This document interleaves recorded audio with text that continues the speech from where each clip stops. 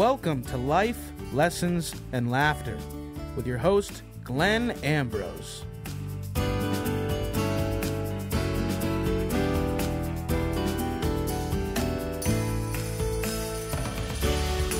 Hello, welcome to Life, Lessons, and Laughter with Glenn Ambrose. I got that right? Yes, it feels like it's been a while. You did. Has it been a while since we recorded? Maybe a little bit longer. Maybe like... What? Oh, it's been a while. So, hey, today we are talking... No, okay. That was just a little birdie. Pay no that attention flew in and to flew the out. men. Yes, it's actually just Ben and I. And a fleeting bird. Today we are talking about work. No. Careers, and how we're talking about bringing spirituality and or lack thereof into our work environments. And like one way to look at it is it's not so much bringing spirituality into your work life, but just bringing good living into your work life, being who you want to be in your work life as well as your personal life. Okay. Does that work for you, Ben? It does work for me. Good. I suggested this topic, and yet I don't. Then it really better have work for you. And yet I don't really have a ton of idea of what that means. So I don't know. I guess what I was just asking was like, in what ways like people separate things very much. Usually, when you start working on yourself personally, you don't really worry about it professionally, or you worry about yourself professionally and you don't really worry about it personally. And a lot of times it starts where the pain is, Yeah. So if your greatest pain is in your personal life, you start doing the work there, And I feel like most of what we've talked about in the last year and a half has been personal, more on the personal. It could be taken both ways. It could be right. You can apply everything. Could be applied. It's applicable to everything, but we haven't specifically spoken about work. Yeah, and I'm thinking there's kind of two aspects to this. One is making being who you want to be in your work life. And relying on the same principles in your work life that you do in your personal life. And the other aspect is using your work life to expand your spiritual life. Using the same principles in a way that you make your business decisions based from a spiritual perspective, and your business expands because of that. So, one aspect of this is expanding your business through spiritual principles. The other aspect is bringing who you are as a person into your work life.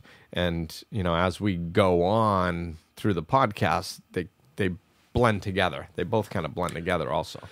One of the things that I was just thinking while you were saying that is we're sort of raised and presented with and surrounded with the idea that business is cold, right, and cruel and matter of fact, and that the phrase is, hey, it's business, right. Like that. Yeah, that's the worst. like, hey, it's evil. That's right. It's and that's how we excuse poor behavior. Yeah. In the name of, it's not just business. This isn't me cheating you. Right. This isn't me lying to you. I'm not a bad person. This is business. So I can be a horrible person and get away with horrible things because it's business. It's not actually me. doing it. Yeah. And I mean, we see that played out in politics all the time. Right. You know, it's the same thing. And right, it's just an excuse, and that is it's a large reason why we're in the situation that we're in, is because people excuse their behavior in the name of something else. You know, it's the end justifies the means. You know, that's what people believe. So it's like, well, you know, if I reach this goal business wise, then I'll be able to do wonderful things for the community or something. So I'll cheat, lie, and steal to get there. But what they're not realizing is they're becoming a cheater, a liar, and a thief. So when they get at their end goal, they're just a rich thief. You know, like what you are on the inside is sort of a sum of your actions. So if you're lying, cheating, and stealing, then you're really not a good person. It doesn't matter what, but you know, a lot of people will set their sights on the goal at the end and go, well, no, I have to do this to get there. And we don't. It's just, that's a big, huge misconception. We don't need to get there. And fortunately, what's going on in the world right now is a shift of perception. People are starting to see things differently, and it's starting to play out in the business world, which is wonderful. I think one of the most obvious examples is CVS. You know, when they cut the... Yeah, that, you know, I mean, they definitely... I don't know all the numbers, but I bet that they took a substantial hit not selling cigarettes anymore. But what they're doing is they're banking that whatever proceeds that they would make from selling cigarettes is going... You know, they're going to be compensated for doing something healthy and enhancing their view, how people view them, you know, and say, oh, well, CVS cares. CVS, you know, is doing things to make us healthier and better. So I'll do my business there. CVS cares is their slogan, isn't it? Yeah, actually it is. It might even be the name of the company, CVS Caremark. Yeah. But that's the direction they're heading, and you see, you know, and it's working. It is working. It really works. When I go to CVS and there's a big sign on the window that says, you know, "Let's quit together," like it's constantly reminding you of like, oh, hey, they did a really cool thing. Yeah, that was brave. That was brave. Yeah. That was very, very. It's outside the box thinking, you know. It's changing the way people are thinking about business. They're not just going, if I sell this amount of this product, I will get this for a profit, so therefore I will do that. If I do not sell this amount of product, I do not make that profit, and therefore my company is doing worse. You know, business has kind of reached, we've analyzed everything. You know, we know, yes, if you sell this, you're going to get this. And business is naturally expanding. It's growing. It's evolving. And just like humankind is evolving. So what we're doing is we're starting to evolve into different areas. You know, we're constantly looking for new ways to grow. Well, this is a new way to grow, and it's effective. You know, people are saying, "Oh, we'll do something good, and then people will like us, and then they'll do their business with us." I was gonna say that the CVS thing was like something out of a movie, or a TV show, and it actually is.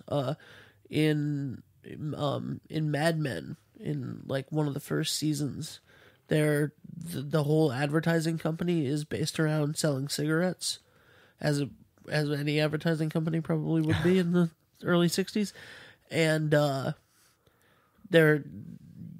but they didn't do it for good reasons. Like it's so even fictionalized of a company turning against cigarettes.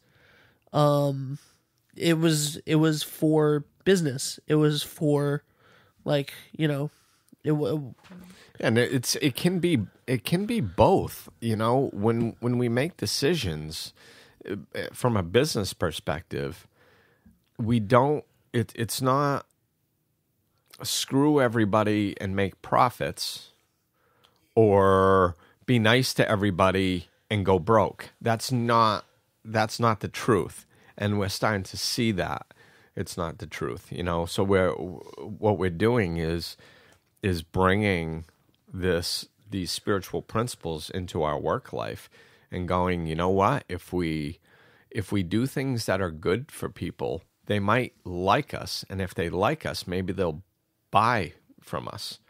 And it's a whole new way of thinking, and it's working. This might be a heavy question. Do you think that capitalism is anti-spiritual? Do you think that it is completely because some people would say that capitalism is the official religion of America. Well, there might be some truth to that, just because a religion is based in dogma, right? With spiritual principles that underlie it for the ones who go there to find them, and a lot of people in religion don't necessarily connect with the spiritual truths that underlie it. So capitalism it's a set belief system, just like a religion is. So it's like, well, there might be, definition-wise, there might be more truth to that than we realize. But it's very important for me in my business that I don't think there's anything wrong with making a profit. I don't think there's anything wrong with living in abundance. I think that is what my Creator wants for me and for everybody else. If we look at nature, there's abundance everywhere. I think that we're supposed to be living in abundance. I think that when we're not, it's because we have a block. And I've lived many years not living in abundance. But I believe that was my block, and as I make business decisions as I move forward, do I keep in mind profit? Yes. Absolutely. I want to provide, I want to have a nice life. I want freedom in my life, in my son's life. I want nice things. I want to be able to travel the world and experience wonderful things. I want to be able to travel the world and help more people. I want to get my message out there to more people, or the message out there to more people. And it's, so money can only enhance that. I don't think there's anything wrong with money. And there's no way that I feel that it's either or, that I have to live my life in a way that has integrity or I get profits. I mean, think about if we could actually get a politician, like let's say we could somehow figure out to tell the truth, like the 100% truth, and we found a person on this planet that would live their life and make all their decisions based in 100% integrity. Every time, every decision they made was the best possible decision for the greater good of everyone. If we found that one person and we could prove that that's what that one person would do, and we told everyone about that person would be elected to president. We'd be like, oh, check this out. This guy actually just lives in integrity. Oh, well, we'll elect him to the city government, the monthly government. The people, the masses found out that there was a human being that would actually look out for their best interests, and they were 100% sure about that, they would rally around him so much that, barring that he was killed by the... Or, I was going to say, and you can't see it, but I'm putting my arms out like a crucifix right now. But the story sounds a little familiar, and I think it ended a different way. Yeah, well, it was a different situation. Right. But I mean, but if there was elections being held and they're like, oh, that guy has integrity? Like, for sure? We know that? Oh, my God, yeah. Let's vote for him. Everybody would be voting for him. But we don't have a way right now of telling the 100% truth. So we're not going to see that happening. There is no one anymore that it feels like the more integrity somebody has, the more the public is now waiting for what the awful, awful thing we're eventually going to find out is. Does that make sense? It makes sense. I think that I people believe... are so jaded or crushed or whatever by But that's politicians that we thought that had integrity. Obviously, all of the priest scandals and stuff. Bill Cosby comes to mind. Yeah. But it's we're putting people on these pedestals Lance Armstrong. We're putting them on these pedestals when we don't know anything about them, and I get it. And when I see people like that, that are kind of in a public eye, do things against themselves, against their own integrity, there's a little part of me that goes, oh, darn it. That's too bad. Because what it does is it gives all the people who are waiting for that to happen more evidence. And then they have more evidence. So then they go, see, I'm right. And honestly, that's not how I see the world. I see the world completely differently. I see the world that people of integrity are coming up more. I see the world as us getting to a point in evolution where we have people that are worth billions upon billions of dollars. They're more famous than ever thought possible. There's just the pinnacles of success nowadays are so ridiculously blown out of proportion that people are sitting there with nothing left to achieve. There's nothing left. And they're sitting there going, geez, I'm not happy. So what do? They're finally turning inside and finding happiness within themselves. They're finally turning to philanthropy and helping others as a way to fulfill themselves. I see that happening more nowadays than it's ever happened before. So that's how I see the world, because that's what I'm looking for. That's, and I see evidence all over the place. There are business organizations that are formed nationally as well as internationally, that their whole business model, their whole model of success is based on not just profit, but how you give back to your community. And to be a part of these international and national business associations, you have to, your books and everything are monitored to see how you're actually giving back to the community. And then they have a rating scale of how successful a business you are, and it's based on not only your profit, but how you give back. And that's the way, and it's working. These business organizations are growing. So when I'm looking at the world and the things that are happening in the direction we're going, that's the type of stuff I see. I don't look for the company that just did an old thing by focusing on profit and screwing over their workers yet again. I'm not looking for that news story, so I don't generally see it. And if I do see it, I go, okay, well, that's those people over there, and they're not at this place yet, so they're still doing things the old way. I'm looking for the stories like CVS, like these international business communities that are focused on doing good in our community, that show the evolution and where we're going and how it works so effectively. So since I'm looking for that, that's what I'm seeing. No matter what you look for, you'll find. That's why I generally, that saves me so many arguments. Because people will come up and they'll go, well, what about this? What about that? What about this? I go, well, yeah, if you're looking for that, obviously you're going to find the evidence of that. There it is.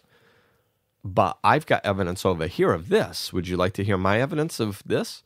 And sometimes it's yes, sometimes it's no. And if they're completely closed off, they're not interested in seeing what I'm seeing. So they just stay where they are, and they have the right to do that. And I'll be over here, looking at things changing for the better.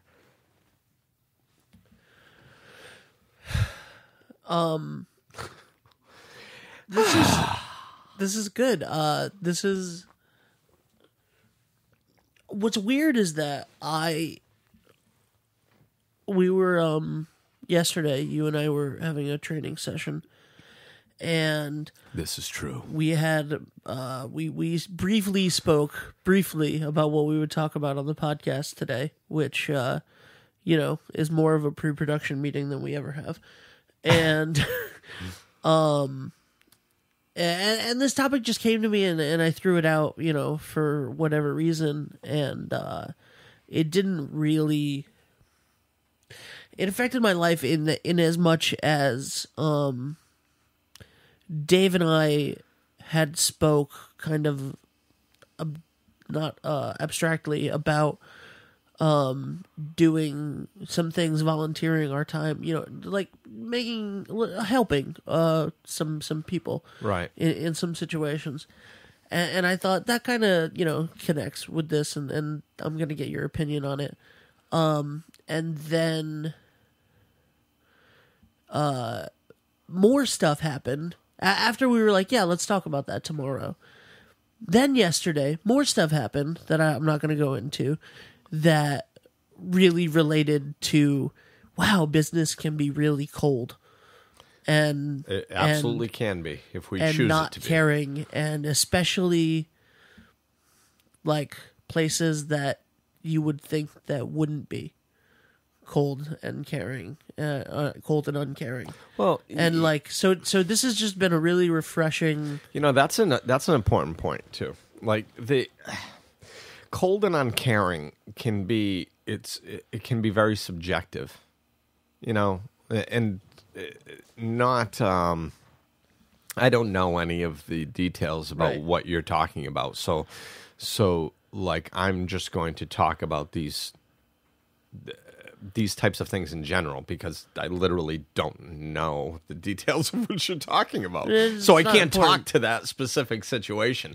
But it's funny because I was thinking about this this morning at home before I came out, and I was thinking about how people generally will blame business for being uncaring when it's not necessarily the case. Right. Because generally what we do is a lot of times when we get hurt by something, we walk into a situation, and this is good because I'm pretty sure it doesn't have anything to do with your situation. But a lot of people will walk into a business situation and they'll be like, hi, here I am. I'm going to put my happiness in the hands of my boss or the company that I work for. And I'm going to give them all the decision-making power. I'm going to give them my happiness, control over my happiness. And then and I'm going to do that because I'm such a kind and nice person. And then all of a sudden, the boss makes a decision that's based in the company's best interest from his perspective at that particular time, not knowing what the workers' perspective is. Right. Not only because he can't climb inside somebody's brain, but oftentimes he's so busy and caught up in his own life, he doesn't even take time to slow down and really look how it's going to affect somebody. And then he makes a business decision, and then the worker gets hurt, and they go, "Oh my God, oh I'm so wounded. I was just being a nice person. This is my payback for being a good person. I'm just being a nice person. And this person just took advantage of me and hurt me." And it has nothing to do with any of that. Like and this leads me right into the second part of the podcast I want to touch on. The person we are is our own responsibility. our happiness is our own responsibility. Everything that goes on in our life is our responsibility. So we can't walk into business and say, I am not responsible for my own happiness. I am not responsible for looking out for myself. I am not responsible for protecting myself. That's my boss's job, or that's my company's job. They are responsible for looking out for me and protecting me. That's their job. So, I'm just going to do whatever I can to please them. And if they're happy, then I'm happy. Because I'm such a good person. I'm such a martyr and such a wonderful person that if they're happy, I'm happy. See how kind and nice I am? That's what everybody walks around doing. I'm so nice. I'm so kind. Look at me. And then all of a sudden the boss craps on them, and they're like, oh my God, can you believe he crapped on me? Well, yeah, you're not his concern. You're not his responsibility. You're your own responsibility. You have to live your life with integrity. You have to live your life by making good decisions, by securing your future. When people have come to me and asked me for multiple different things that I've worked for. You have to go to a mandatory meeting. You have to do this. You have to do that. And if it was out of line with my integrity, then I didn't do it. No, I'm sorry, I can't do that. Well, well, you have to do that. Well, no, I'm not going to do that because the example that I talk about and I wrote an article about was when my different bosses had asked me to, or told me I had to go to a mandatory meeting. That was during the time that I was supposed to be spending with my son when he was younger. And I was like, no, I'm not. I can't go to the mandatory meeting. I'm going to be with my son. And I was threatened with being fired. And I said, okay, should I take my stuff now, or should we discuss it later and then I'll grab my stuff? Or because I was living out of integrity for myself. I wasn't putting my relationship with my son and my personal happiness in the hands of my employer and then wondering why I'm not happy in my personal life.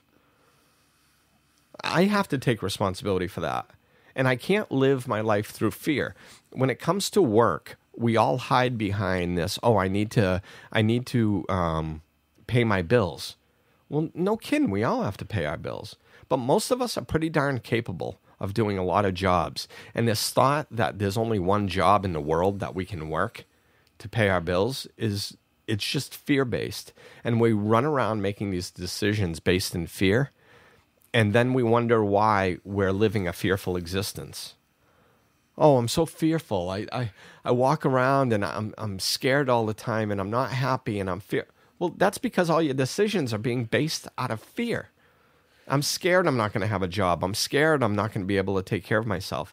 Well, you know what? If you've got a company that's treating you like crap, don't quit your job.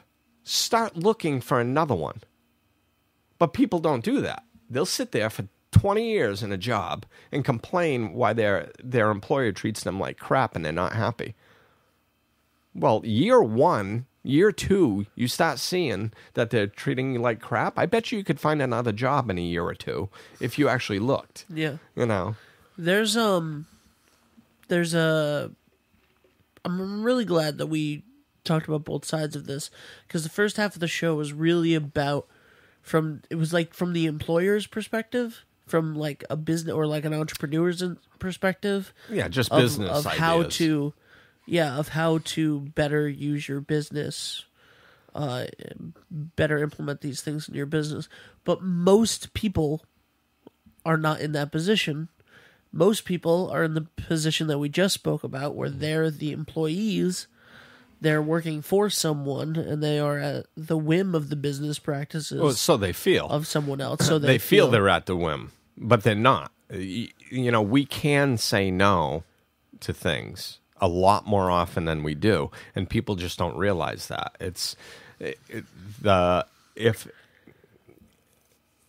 it's just about, like I said, taking responsibility. And I honestly consider myself a realist. I never tell one of my clients to go quit their job because their boss is acting like a jerk. What I do is tell them to take responsibility for their future. If your boss is acting like a jerk and there's some sort of conversation that you can have with them, try dealing with it in a healthy way with that boss and shifting the dynamic there. If that's not working, or he treats everybody like a jerk and you don't want to work there, well, then start looking for another job. But don't just sit there complaining that this boss isn't taking care of you. And I've seen it time and time again. People stay at these jobs for years and years and years, and then they're going, oh, my God, I'm so unhappy here. And it's, well, yeah, because you're not walking towards your happiness. Your whole goal, most people's goal is to keep their boss happy. Well, I'll do this because if he's happy, then maybe I'll get the promotion. I'll do this because if he's happy, then I'll keep my job. I'll do this because if he's happy, then I'll have job security. It's all an illusion. We don't have job security. You can get fired over anything. So you're spending all your time and your energy trying to please somebody outside of yourself. And then years go by and you look back and you go, why do I not like myself? Well, because you've never tried liking yourself. You've never walked in the direction of liking yourself. You've never looked at your life when it came to a business decision and said, what type of man or woman would I like to be? Would I like to be a man or woman of integrity, of honesty, of self-love? Then why don't I make my business decisions from that? What would a man of integrity do in this situation? Would they say no to their boss? No, I can't work overtime this week because I have plans with my family.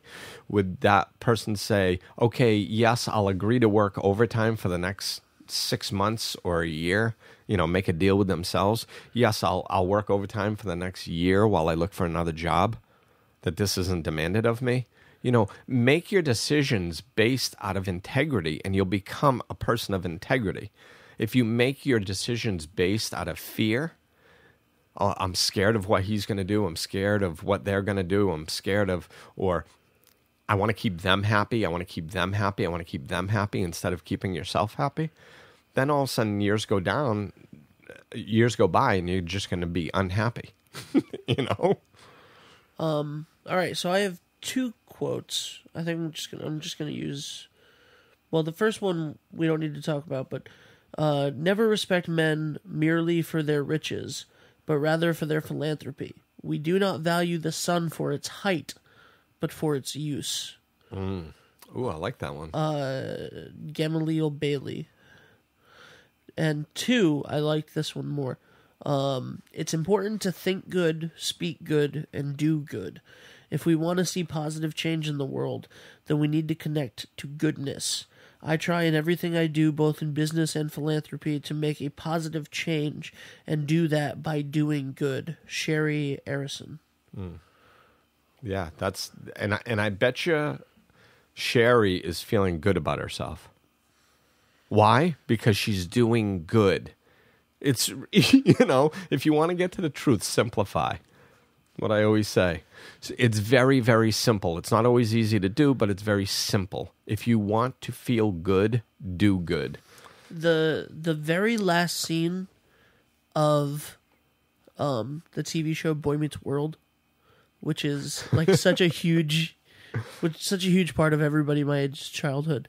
The very last scene, the teacher that's been teaching them since they were literally in like kindergarten every year, they come back when they're leaving to go on, live their lives. Do you have anything else to teach us? And he says, do good. And the smart kid in the class goes, you mean do well? And he's like, no, do good. And they all cry. And but that's the most important lesson. Yeah. That he has to teach them is, and that's go do it. good. Yeah. Do good. If you do good things, I say this too. If you do esteemable things, you will have self-esteem. To raise your self-esteem, do esteemable acts. If you do good and you live your life and make your decisions based on integrity and self-love, then you will have integrity and self-love. If you make your life decisions, including business, based out of fear, you will be a fearful person. It's that simple. Where can people reach you? They can reach me on life-enhancement-services.com. And my Facebook page, Life Enhancement Services, and or Glenn Ambrose, Glenn with 2 N's. So thanks for listening. Thanks, Ben, for being a part of. Thanks, Little Birdie, for tweeting in. And we'll talk to you next time.